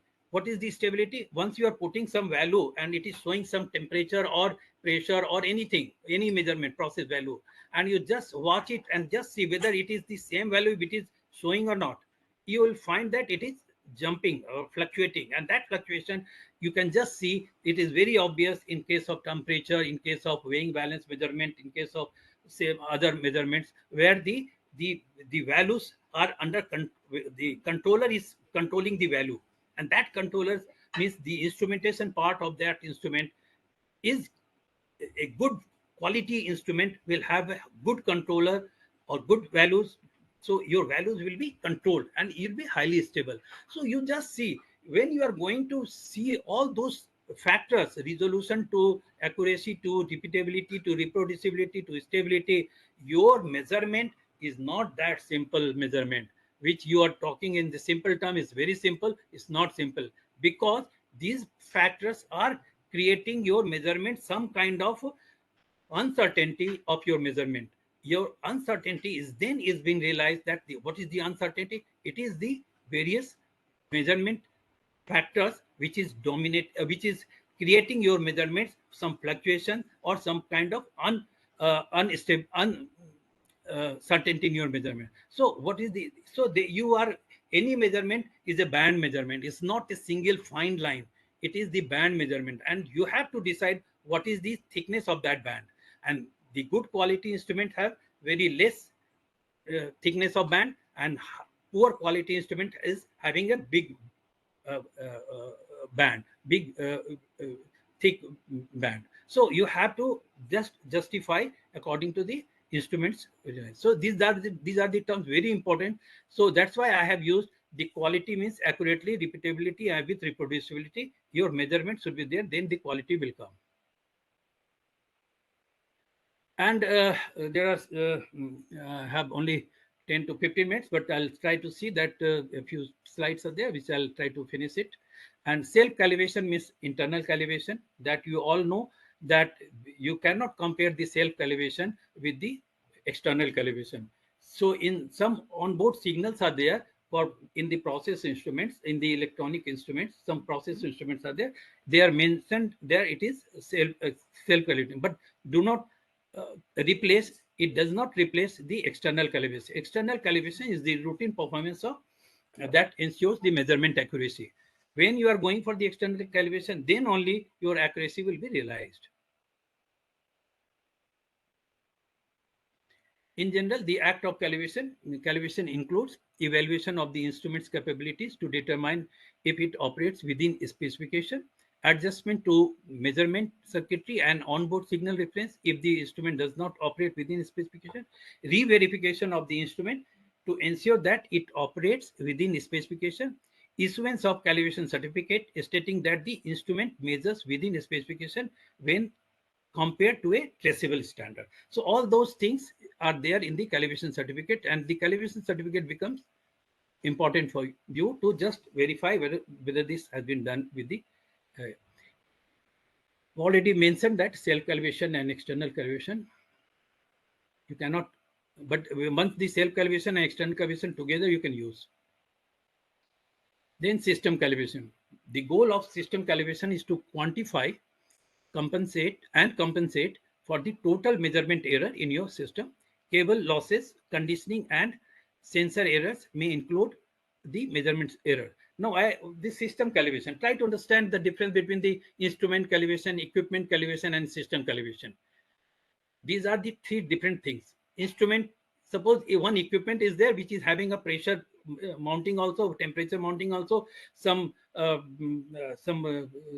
you can say revolution measurement is also there. So the one equipment is having 3-4 measurements also. So different instruments are there, but the equipment is same.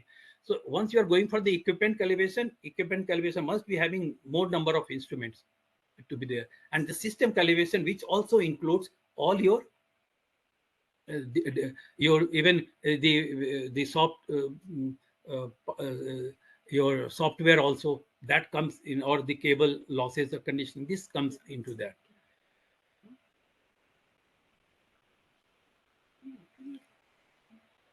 Calibration overview. Calibration is the comparison of instruments actual measurement of performance to a standard known accuracy. And calibration performed on an instrument can document the deviation of a measurement from the known standard, or it can include adjusting the instrument's measurement capability to improve measurement accuracy. International committees define standards for calibration such as ISO Guide 17025. Some calibration certificates, that is important. You have to understand some factors have been given. Calibration certificate, some facts have been given. Proof of calibration should be there. Traceability should be there. Calibration is performed according to some norms or calibration certificate. Some facts have been given. Calibration certificates are documented proof that your specific measurement hardware meets its published specification. A calibration certificate must, at minimum, identify the measurement device calibrated, provide proof of traceability, cover environmental conditions in which the temperature and humidity important, date of calibration, so the calibration conforms to a quality standard. Calibration certificates also can list detailed information such as actual measurement data or uncertainty calculation, because uncertainty measurement is the very, very important factors which is to be there as a in that, and then only it will be accepted. Improving measurement accuracy, because if you are going for your instrument calibration, the purpose of that, you need to improve it, but slowly you will find that the accuracy of electronic a component used in all instruments drifts over some time. The effects of time in service as well as environmental condition add to this drift. At some point, the drift causes the instrument's uncertainty to become undefined, meaning the manufacturer no longer can predict the uncertainty. When this happens, should return to the instrument for calibration. So you have to see, like there is bound to have some kind of deviation, and that deviation is important. Now is another important area. When to calibrate is always confusing us. When to calibrate, uh, uh, and who should decide it when to calibrate? It is the calibration agency? No, it is not the calibration agency to decide the when to calibrate. It is the user has to give the recommended date of calibration, new date of calibration, and that on the basis of desired quality level or severity of use based on related models and by experience. The user has to decide.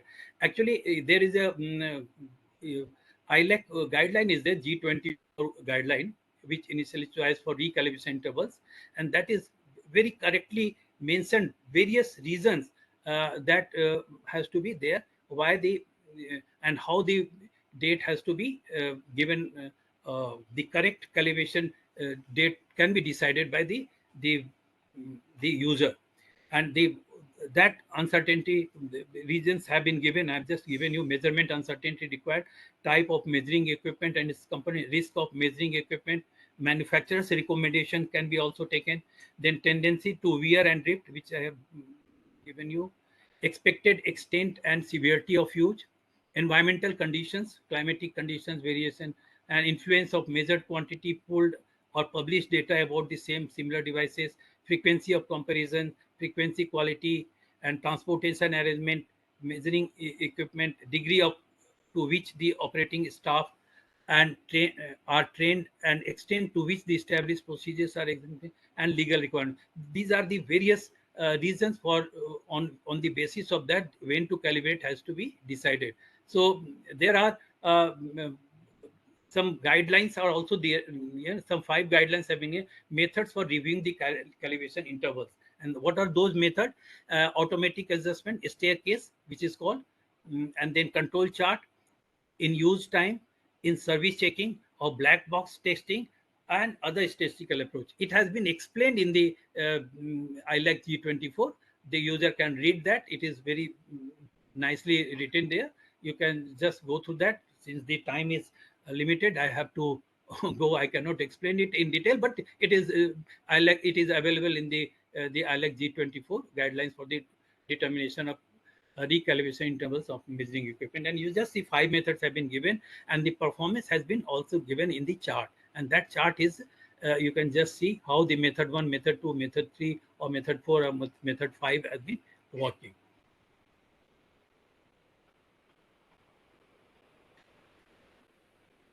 I have already discussed about measurement accuracy, improving recommended intervals. So intervals has to be only, and where to calibrate is always to be seen. Like you have to go to the laboratory where all the facilities are there. The laboratory must be having control environment, temperature, related humidity, cleanliness, vibration, electromagnetic interference, voltage regulation, on-site calibration, environmental, rugged and transportation, external calibration agency, like that. Then calibration procedures are there, provides a specified performance tolerance, functional criteria, information, essential information and instructions. These are the things which is in practice in all the calibration procedures. The lab must be having all practices, calibration intervals, measurement traceability, adequacy of calibration equipment, audit requirement, contractor control, records, scheduling system, labeling practice, calibration procedure, calibration quality, environmental controls, personnel requirement, software validation measurement. So these are the things which you require for any doing a measurement or calibration. All the calibration system must be having this, and in detail it has been again explained, like calibration term, measurement traceability, or yeah. I'll just skip all those. I think I have given it in a nutshell, and this.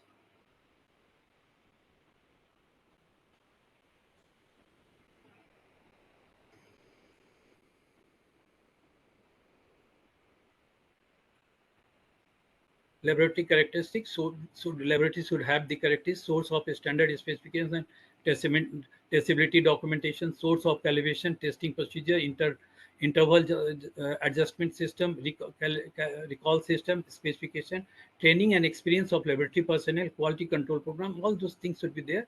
Some additional characteristics are also there. Repair capability or other things are there. So all these things I just wanted to tell you, in the calibration practices you need to do all those things. And coming close to my conclusion, non-acceptance of test results and test certificates are considered to be technical barriers to trade, which can only be minimized with standard practices of testing and calibration, for which accreditation of laboratory is must. Then only you will go by the various clauses, and then you will be forced to put your quality things maintained there. With the increased importance of quality, and so to satisfy international standardization, the need, relevance, and practices of an accredited laboratory for testing and calibration is the utmost need of the hour. And so I'll just conclude with my final remark. Here lies the ultimate truth: standard connects the world, as calibration, a need, relevance to standard, a must practice to connect the world. So thank you very much for your patient hearing. I hope I'm able to finish it within the stipulated time which has been given to me for.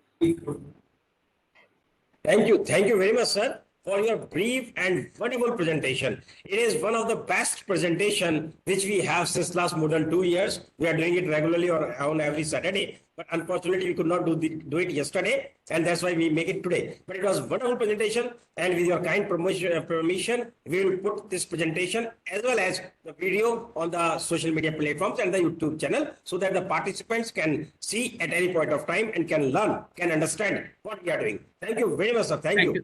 Thank you, Ashutosh. Thank you for your kind words. Thank you, sir. Sir, Dishi sir, would you like to say anything? Any query, if it is there, please. So, Dr. S. Krishna gave the very excellent presentations, and now you know that the ISO, IEC 17025 and other things are how much popular, and most of the laboratories are taking these very certifications. And I will like to inform you, Dr. Sinha, that the Dr. Ashutosh has gone for the OIML CS certification.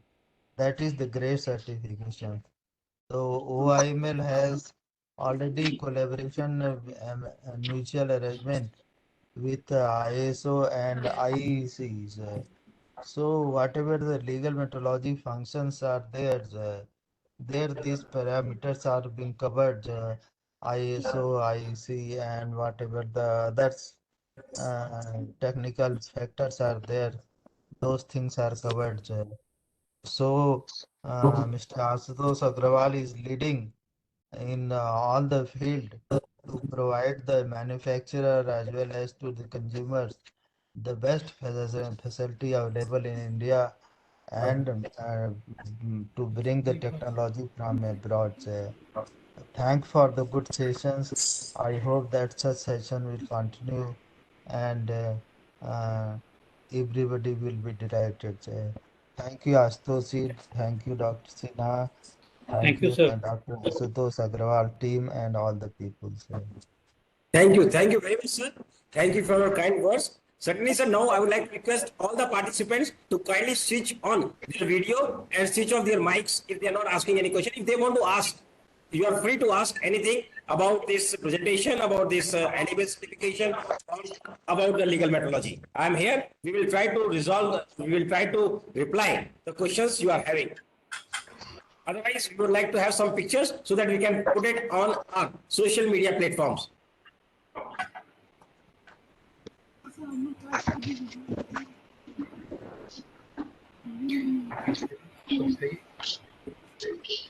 It is one of the best presentations, sir. You have explained all the things we are going in, what we are doing in ILAC, APEC and all. And certainly these type of things are very much required because now India is, we are developing, we are moving towards 5 trillion economy. We need all the products should be standard. We have very good quality products so that whenever we are sending something outside, it should say, yes, it's a make in India product. And we have our friends from Nigeria and other countries, from OIML members from other countries. If you want to speak anything, you are free to speak, sir. Please. Thank you, Ashutosh. Kindly switch off your mics, please.